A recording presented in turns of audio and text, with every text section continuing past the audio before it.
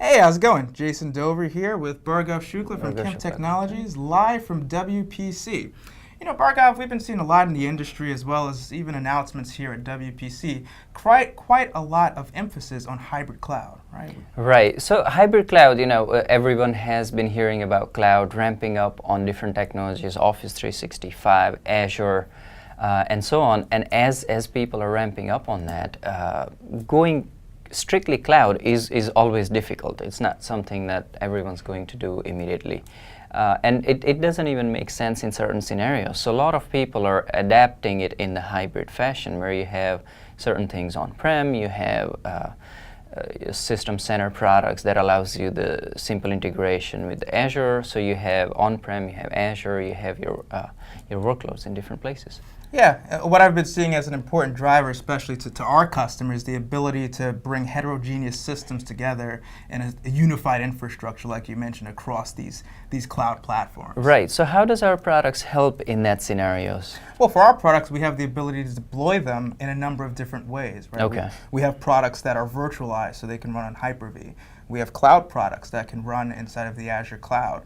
We have bare metal products, so you can take a specialized version of our operating system and deploy that directly on top of hardware, such as Cisco UCS as an example, where you can get very high performance. Right. And finally, we have our hardware appliances that we provide as well. This meshes very well with the way that people are deploying data centers today, where they may need to deploy in these different form factors across their cloud infrastructure. Right, so you're giving me an option of virtualized, which I can easily orchestrate with VMware or Hyper-V or whatever hypervisor platform I have, along with system center kind of products where I can automate the deployments and I can migrate them to Azure.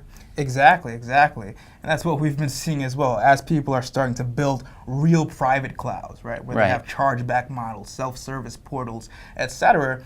They're wanting to now also bring in the benefits of public cloud. And obviously the public cloud of choice for many, especially those with Microsoft infrastructures, is that of Azure. So tell me, in this hybrid world, what role does application delivery and load balancing play when you want to actually move to a hybrid strategy? Right, so when you're moving to hybrid strategy, you are used to a particular vendor, a particular model, a particular software for application delivery. And sometimes what happens is as you go from one to another, it happens to change based on what the vendor is offering. For Microsoft, they have built-in load balancer. For other vendors, they might have their own flavors.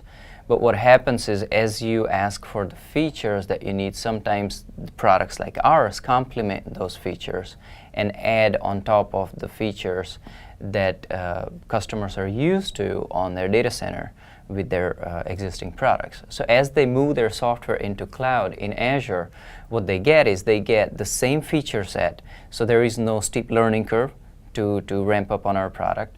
You get the same feature set, you get the same functionality of layer 7 switching, content switching, SSL offload. You get the IPS along with all the other workloads that you support.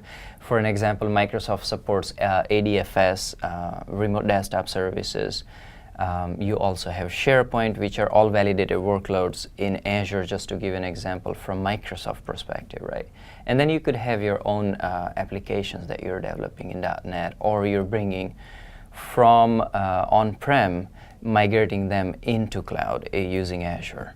So that's where our products help you bring them over if you need any functionality that needs layer 7 load balancing, content switching, IPS, sharing the single IP for multiple workloads, any of those layer 7 scenarios where you need intelligence, health checks, load distribution to different endpoints, whether you have certain items in Azure and then you have certain in on-prem, and you want to decide intelligently where your traffic should go based on your requirements. You could easily do that with our products. Those are all great things because that's exactly what people are trying to do.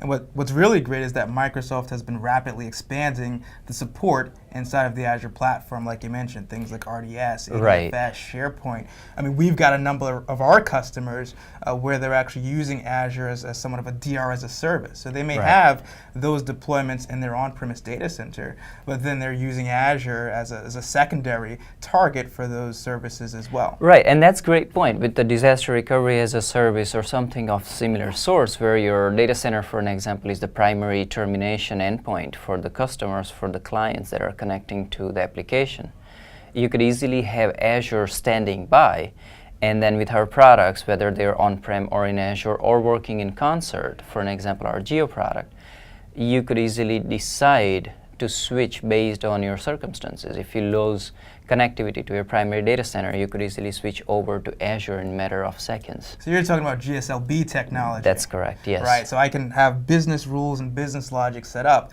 and based on who the requester is, what they're asking for, I can decide whether that traffic should be distributed to my private cloud or to Azure hosted services. Right, and you could decide that based on multitude of factors. You could decide that as a primary and secondary setup, you could decide that as a location-based setup, you could decide that based on the load factor. So that gives you great flexibility. Yeah, and you mentioned something really interesting earlier, the fact that we already have support for the workloads or that are gaining support in Azure, so it gives customers peace of mind that they're going to get the same level of service. We have a number of customers that have deployed ADFS, RDS, SharePoint, etc. on-premise, right. And we're already providing application load balancing there. So it's a natural choice just to redeploy the same technology as they move it into Azure. That's correct, and in fact, great point. As we were working with Microsoft, we worked very closely with the Azure team, and as we work together with them, what we are seeing is as the awareness increases, as more people become aware of the offerings that we have, along with the offerings that Microsoft has for Azure, it becomes a great combination story. And we have seen 5 times the growth in recent months of our Azure activations, which is a great story because it's our products that are helping customers use Azure more and more. That increases the footprint of both platforms, our KEMP platform as well as Azure. Awesome, awesome. So what other products do we work with in the hybrid or on-prem scenarios that we have been working on lately with Microsoft? Oh yeah, there's Dynamics, as we mentioned, there's Exchange, there's Link, there's SharePoint, ADFS obviously being a key enabler when customers are moving to Office 365. Correct. ADFS might be deployed in their private data center as well as in Azure for resilience, as well as new Microsoft technologies that are right, so you developed. mentioned Office 365 and ADFS. How do we play in that story? Oh yeah, ADFS, you may be relying on that for identity synchronization across those infrastructures. And if you are using it, it's important that it remains highly available, because if you lose access to the ADFS infrastructure, right. You're not going to be able to log into resources. So what a lot of our clients have been doing is deploying ADFS both in their on-premise data center as well as in the Azure cloud. That way, Correct. if one of those infrastructures were to fail, they have a fail-safe. So we're eliminating the single point of failures and giving them flexibility. Exactly. Great, great. All right, with that, if you would like to learn more about KEMP Technologies, visit us at www.kemptechnologies.com or on Twitter at KEMPTech.